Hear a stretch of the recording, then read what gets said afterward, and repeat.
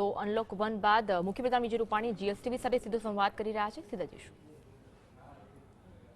દર્શક મિત્રો, કોરોના નામના એક સૂક્ષ્મ મહાદૈત્યએ સમગ્ર વિશ્વ ઉપર ભરડો લીધો છે અને દુનિયાના તમામ સાયન્ટિસ્ટ, જીનેટિક એક્સપર્ટ્સ થી લઈને તમામ દેશો એનો હલ, એનો ઉદ્ભવ અને એનું મારણ શોધવા પોતપોતાની રીતે પ્રયાસ કરી રહ્યા છે.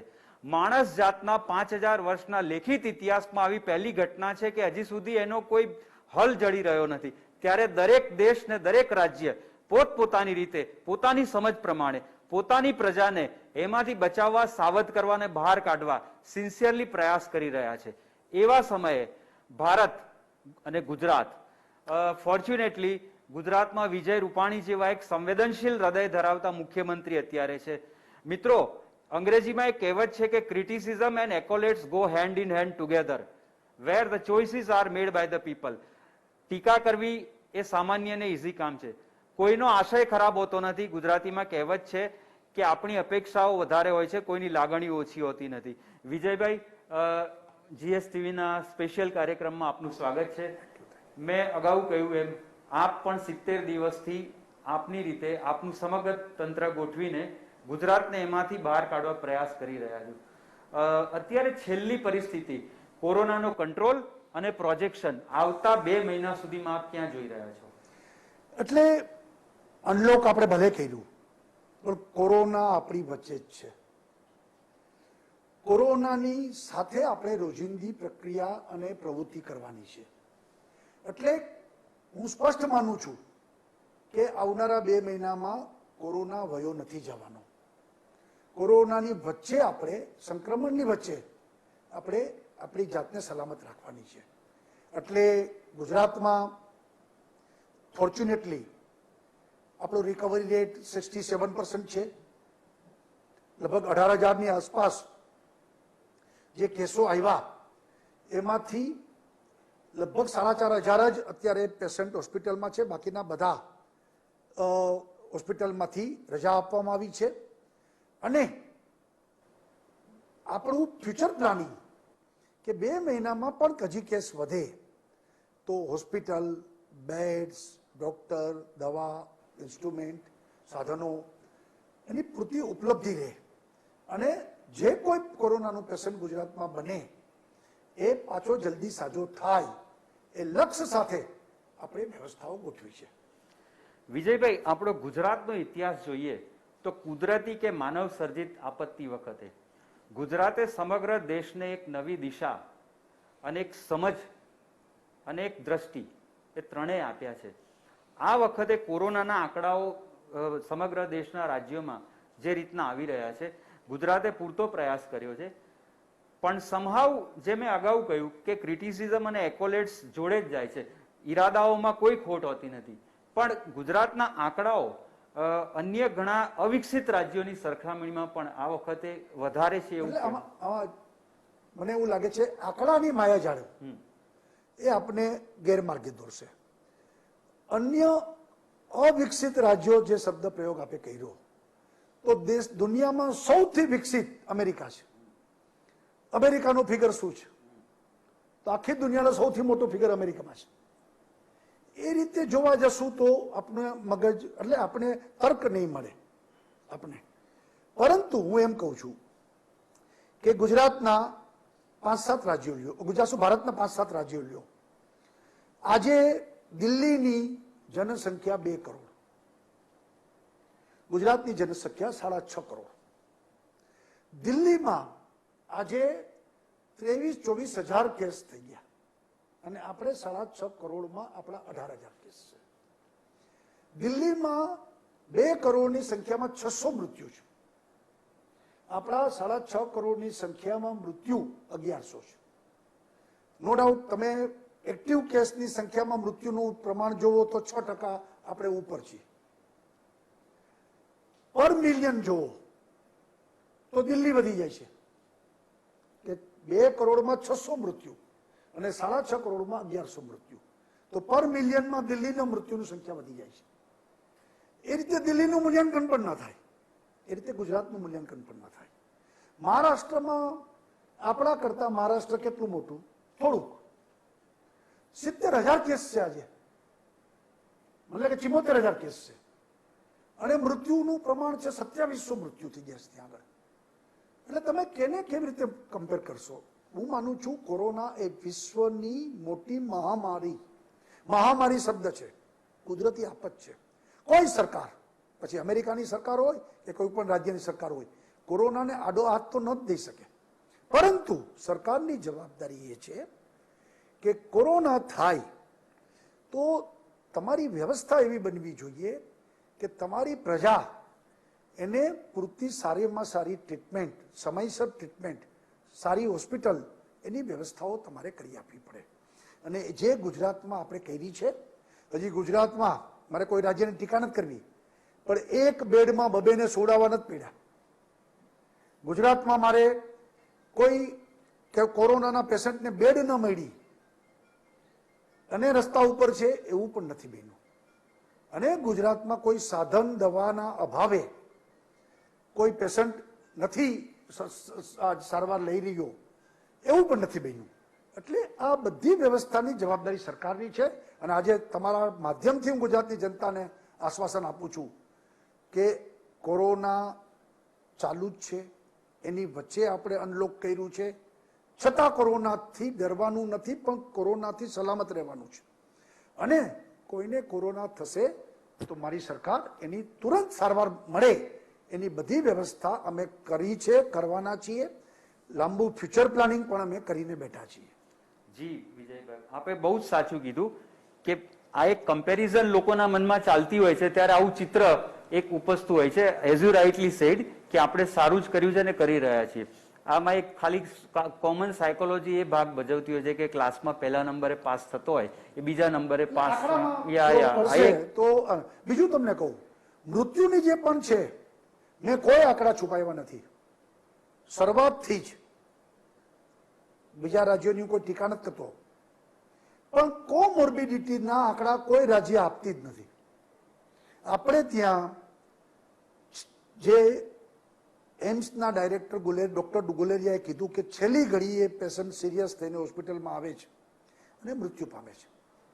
હવે એ મૃત્યુ પામે છે કેન્સરને કારણે, કિડનીને કારણે, હાર્ટને કારણે, સિવિયર ડાયાબિટીસ, લંગ્સ ભરાયેલા હોય છે, ન્યુમોનિયા. પણ આપણે એને ભલે એની રોગ પ્રતિકારક શક્તિ ઘટી ગઈ અને એને કોરોના પોઝિટિવ અંદર છે ટેસ્ટ, તો એનું મૃત્યુ આપણે ટોટલ મૃત્યુમાં ગણી લઈએ છીએ. એમાં કંઈ છુપાવવાની વાત પણ નથી કરતા આપણે. પરંતુ આપણે મોટા ભાગના મૃત્યુ એ કોમોર્બિડિટીને કારણે જ છે. એનું પણ આપણે એક મૃત્યુનું રિસર્ચ આપણે ત્યાં ડોક્ટરો કરી રહ્યા છે. અને એમાં મોટા ભાગે એક બીજા રોગોને કારણે મૃત્યુ એ પહેલે સ્થાને આવે છે. છતાં જે ફિગર છે એ છે, એમાં કંઈ આપણે છુપાવતા પણ નથી. સાચી વાત છે આપની. અને વિજયભાઈ, અત્યારે કોરોનાની ખરેખર સ્થિતિ શું છે કે કયો શેપ લેશે આગળ, હજી વી ડોન્ટ નો. તો સાહેબ, આપે જે કહ્યું કે એક બહુ સારું થયું કે કોઈ જગ્યાએ એક બેડ ઉપર 2 સુવાડવા પડ્યા, એવું ગુજરાતમાં આજ સુધી થયું નથી. That is very laudable. તો સાહેબ, સાથે સાથે આપને લાગે છે કે સિવિલ હોસ્પિટલ સહિત જે સરકારી હોસ્પિટલોમાં જે કેટલાક લેસન્સ શીખવા મળ્યા, હવે ફ્યુચરની અંદર કદાચ આપણે ઈચ્છીએ નહીં અને કોઈ એવી વાણી પણ ના ઉચ્ચારીએ, પણ કદાચ એવી જરૂર પડી તો હવે એમાંથી આપણે વધારે સારું શું કરી શકીશું? હું માનું છું કે સરકાર માટે ટીકા બહુ સહેલી છે. દાખલા તરીકે કોઈ કહી શકે કે ભાઈ ખાનગી શાળા કરતા સરકારી શાળા બરોબર નથી ચાલતી, એમ ખાનગી હોસ્પિટલ ને સરકારી હોસ્પિટલનું કમ્પેરિઝન પણ કરી શકે. પણ હું દાવા સાથે કહીશ, સીએમ ડેશબોર્ડ ઉપર પણ દેખાડવા તૈયાર છું અને સિવિલ હોસ્પિટલમાં પણ અમે દેખાડવા તૈયાર છીએ. છેલ્લા લગભગ 3 મહિનાથી સિવિલ હોસ્પિટલના ડોક્ટરો, નર્સ ભાઈ બહેનો, હેલ્થનો સ્ટાફ, બાકી બધા લોકો દિવસ રાત મહેનત કરી રહ્યા છે. સારામાં સારી લોકોને સેવા કરી રહ્યા છે, પોતાના જાનના જોખમે કરી રહ્યા છે.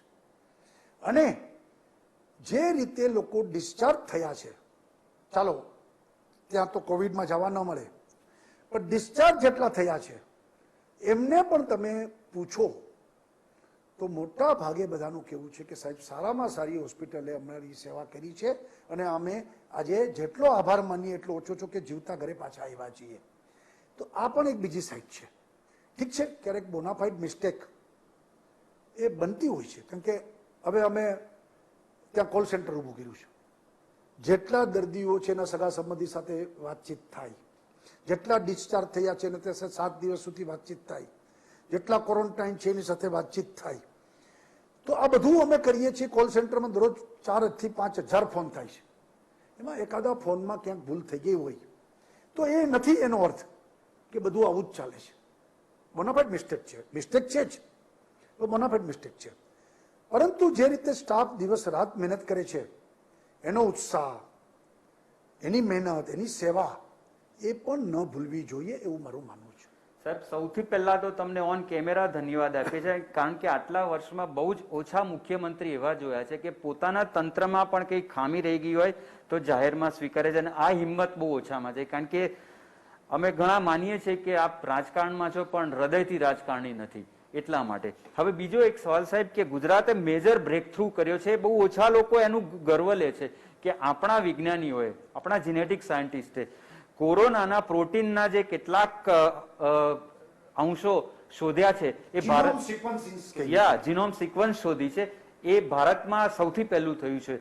તો એ જોતા નથી. તો એનું અત્યારે વિશ્વમાં જે નવા જીનોમ સિક્વન્સ શોધી રહ્યા છે, હૈદરાબાદમાં ડોક્ટર લાલજી સિંહ છે જે હ્યુમન જીનોમ પ્રોજેક્ટના હેડ છે, આપણા ત્યાં ડોક્ટર જયેશ શેઠ છે, એ લોકોએ આના બહુ વખાણ કર્યા છે અને નવી આશા છે એવું કહ્યું. સાહેબ, એમાં આગળ પ્રગતિ અત્યારે ના, ચોક્કસ ગુજરાતની બાયોટેકનો રિસર્ચ સેન્ટર અને યુનિવર્સિટી આ જીનોમના સંદર્ભમાં ખૂબ કામ કરી રહી છે. અત્યાર સુધીમાં 110 થી વધુ જીનોમ સિક્વન્સ જે લોકો આના ઉપર રિસર્ચ કરે છે, નવા વાયરસની દવા શોધવા માટે મહેનત કરે છે, એ બધાને ખૂબ ઉપયોગી બનશે. સાથે સાથે જે પ્રકારે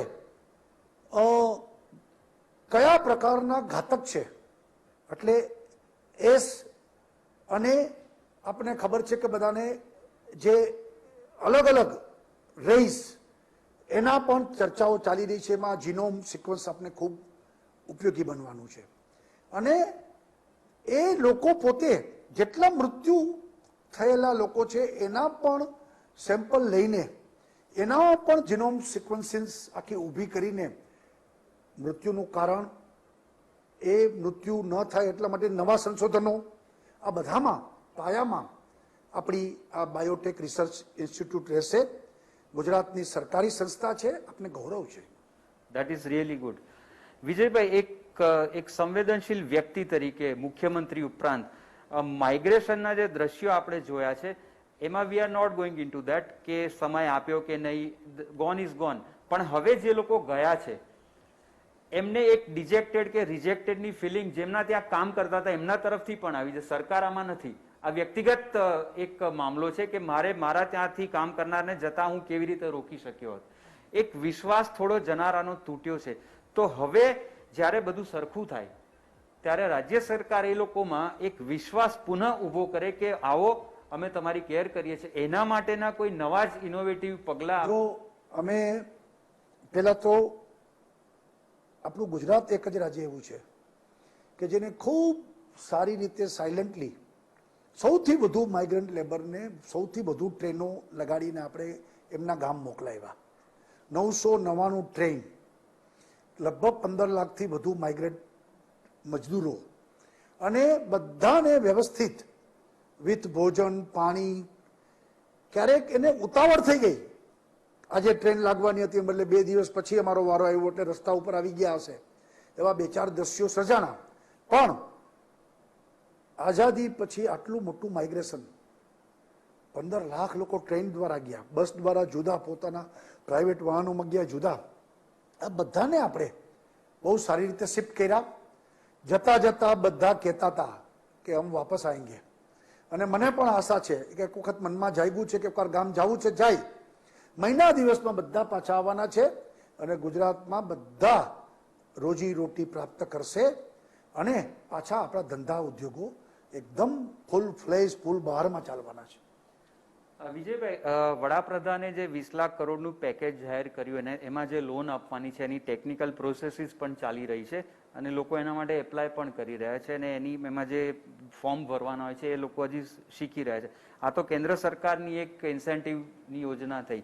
ગુજરાતમાં 3 મહિનાથી ઓલમોસ્ટ ધંધા રોજગાર ઠપ હતા, તો એમને બેઠા ગુજરાત સરકારે પણ હસમુખ અઢિયાની કમિટી બનાવી છે. એમને રિપોર્ટ ઇન્ટ્રીમ અમને આપ્યો છે. અમે લોકો પણ એ પેકેજના સંદર્ભમાં ચર્ચા ખૂબ કરી છે. ઝડપથી જ અમે આ પેકેજ જાહેર કરશું અને ગુજરાતમાં પણ ઝડપથી ધંધા રોજગાર લોકોને મદદરૂપ કેમ થવાય એ અંગે આગળ વધી રહ્યા છીએ. વિજયભાઈ, કેટલાક ટેક્સીસ સામે લોકોનો હજી કચવાટ છે કે આવી સ્થિતિમાં અમારું સંપૂર્ણ બધું જ કાર્ય ઠપ, ધંધા બંધ હતા, તો એમાં અવધિ આપો અથવા તો થોડું વિવર આપો. કરશું બધું બધાને મદદ કરશું આપણે. દાખલા તરીકે જીએસટી છે કે ઇવન જીએસટી તો અમારા હાથમાં નથી. આઈ નો, તો એ સેન્ટ્રલ કાઉન્સિલ છે, પણ ગુજરાત રાજ્યના હાથમાં જે વસ્તુ છે એમાં અવશ્ય આપણે પોઝિટિવલી લોકોને મદદ થશે. બીજું વિજયભાઈ, એક લગભગ બધાને સ્પર્શે એવો આ મામલો છે કે કોઈને કોરોના થાય તો સરકારી હોસ્પિટલોમાં આપે કહ્યું એમ ઘણું સુધરી રહ્યું છે, ત્યાં જ જવાય, પણ ત્યાં ના મેળ પડે, જગ્યા ના હોય ને પ્રાઇવેટ હોસ્પિટલમાં જાય, તો ત્યાં જનરલ વોર્ડમાં તો સરખું છે લગભગ, પણ જે મુદ્દો છે આઈસીયુ નો છે. ત્યાં આગળ મહારાષ્ટ્રમાં જેમ બેઝિકલી 10,000 રૂપિયા મિનિમમ આઈસીયુ ના છે, અહીંયા 23,000 ની કંઈક વાત થઈ છે. તો સાહેબ, એ થોડુંક કોમન આખા દેશમાં બધા રાજ્યો ભેગા થઈને કરે, ઇઝ ધેટ પોસિબલ? એટલે થાય તો સારું છે બધા રાજ્યો, પણ કેટલું પોસિબલ છે એ મને ખબર નથી. પરંતુ અહીંયા આપણે રાજ્ય સરકારને જે ખર્ચ થાય છે એનો હિસાબ કરીને ભાવ ખાનગી હોસ્પિટલ સાથે નક્કી કર્યા છે. પરંતુ તમે કીધું એમ જો બધા રાજ્યો સાથે મળીને કોમન થતું હોય તો ચોક્કસ કરવું જોઈએ, એમાં કંઈ ખોટું પણ નથી. એક નાની ડિમાન્ડ લોકોના મનમાં એ પણ છે કે વીજળીના બિલોમાં ભલે વીજળીના બિલ માફ ના થાય, પણ એટલીસ્ટ એના ઉપર આ 3 મહિનાનો સરકારી કર કે ફ્યુઅલ એડજસ્ટમેન્ટ ચાર્જ જે હોય છે, આ એક આપના માટે એક બહુ નાનો મુદ્દો છે, પણ લગભગ 6 કરોડ લોકોને અસર કરે છે. આવું કંઈક સરકાર વિચારી શકે? જોઈએ, સૂચન છે અમારી પાસે, ચર્ચા કરીએ છીએ શું કરવું. વિજયભાઈ, ઘણા બધાને એ જાણવામાં પણ રસ છે, કારણ કે આપનામાં મુખ્યમંત્રી ઉપરાંત એક વ્યક્તિગત રીતે પણ ઘણાને જાણવામાં રસ હોય છે. એક કલા અને સાહિત્ય સાથે એના સંવર્ધન ક્ષેત્રે આપ ઘણું કામ કરો છો. અત્યારે ઘણા બધા ઇન્ટરવ્યુઝમાં ડોક્ટર્સથી લઈને સાયકોલોજીસ્ટ એવી સલાહ આપતા હોય છે કે તમારે કોરોનામાં ઘરે બેઠા બેઠા આ પ્રવૃત્તિ કરવી જોઈએ, આ રીતે પોઝિટિવ રહેવું જોઈએ. દર્શકોને એ જાણવામાં રસ પડશે કે એક મુખ્યમંત્રી તરીકે આપ આટલા બધા વ્યસ્ત હોવા છતાં પોતાને ચાર્જઅપ કરવા માટે અન્ય કઈ આપનું વાંચનનો શોખ? મને ખ્યાલ છે આપ મેઘાણીની સૌરાષ્ટ્રની રસધાર રેગ્યુલર વાંચતા હતા એ વખતે. નહીં, આમાં હવે તો અનલોક થયું છે, હવે તો ઘરે બેઠા નથી આપણે, પરંતુ સમયનો સદુપયોગ એ જીવનમાં આવશ્યક હોય છે. અને સવારથી જ એને કહીએ કે ચાર્જ થવા માટે થોડોક વ્યાયામ, યોગાસન, પ્રાણાયામ એ પણ મહત્વનું છે. અને સાથે સાથે સારું વાંચન અને સારું સંગીત એ માણસને પ્રફુલ્લિત બનાવે છે. મન પ્રફુલ્લિત તો તન પ્રફુલ્લિત. અને એ દ્રષ્ટિથી લોકો જો પોતે જીવનમાં ઉપયોગ કરશે તો સમય, કાળ, સુખ દુઃખ અને સારું નરસું તો ચાલ્યા જ કરવાનું છે, પણ આપણે સ્થિર રહી શકીએ, ફ્રેશ રહી શકીએ અને ધૈર્ય જાળવી શકીએ એવી સ્થિતિ બની જ શકે.